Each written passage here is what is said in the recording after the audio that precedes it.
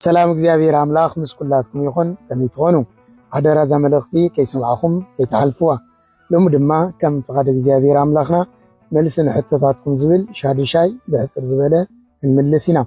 ታሕቱ ከምዚ ትብል ኩላትና ነንብባ። ናይ ሎሚ ዓመት ልደት ረቡዕ ውዒሉሎ ሕጂ ረቡዕ ይብላዕ ድዩ ስጋ ወይስ ኣይብላዕን እያ ትብል ታሕቶ። ብሓፈሻ ነዚ ሕቶ እዚ ብዙሓት ኢኹም ሓቲትኩም ዘለኹም ኣብዚ ተሓተተ ሕቶ እውን ኣይብላዕን ኢልኩም ክትምልሱ ኣብ ኮመንተሪ ኣለኹም። ልደት ሕልፍ ኢሉ ድሕሪ ግዜ ረቡዕ ወይ ኣብ ፆም ይውዕል እዩ። ኣብዚ ዓመት እዚኣ ኻኒ ልደት ረቡዕ ይውዒሉ ዘሎ። ስለዚ ዓርብን ረቡዕን ከዓ እንፆሞ ኢና እሞ ሕድስ ክንስዕር ዲና ዋላስ ክንፀውም ኢና ዝብል ብዙሕ ሰብ ኣይብላዕን እዩ ፆም እዩ ከመይ ጌርካ ፆም ይብላዕ ኢሉ ይሓስብ እዩ። ግን ዓርብን ረቡዕን እንፆሞ ዋና ምክንያቱ እንታይ እንዳሕዳይልና መሰረት ናይ መፆሚና ዓርብን ረቡዕ እንታይ እንዳሕዳይልና ረቡዕ ንጎይታ ክሕዝሉ ዝተማኸሩሉ እዩ፣ ዓርብኻ ጎይታ ዝተስቀለሉ እዩ።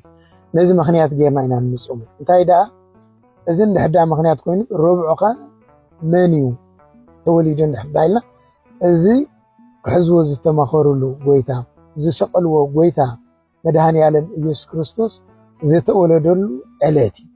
ስለዚ እዚ ዕለት እዚ ጎይታ ዝተወለደሉ ዕለት ስለ ዝኾነ መዓልቲ ሓጎስን መዓልቲ ደስታን በዚ ኻኒ ንነብስና ብዝማሬ ንስጋና ኻኒ በቲ ዝግባእ ጌርና መጠን ጌርና እንሕጎሰሉ ተሓጒስና ብመንፈሳዊ እንሕልፎ ዕለት እዩ። ፆም የብሉን ኣብዚ ረቡዕ እዚ ይብላዕ እዩ ኣይፅወምኒ።